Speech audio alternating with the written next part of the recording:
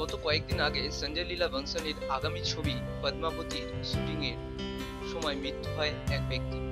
কাজ চলাকালীন সেটের ভেতরে এই ঘটনা ঘটে। আবার এবার কোয়ান্টিকেও এর সেটে দুর্ঘটনার মুখে পড়লেন অভিনেত্রী প্রিয়াঙ্কা চোপড়া।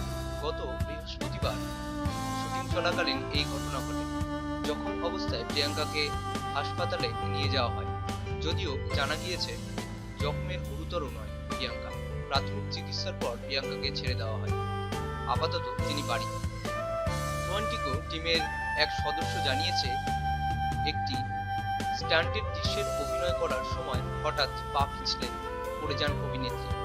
তার মাথায় সামান্য আঘাত লাগে, তবে হাসপাতালে নিয়ে গিয়ে তার সব রকম পরীক্ষার পর চিকিৎসকরা ছেড়ে দেন। আগামী সপ্তাহে ফের কাজ যোগ দেন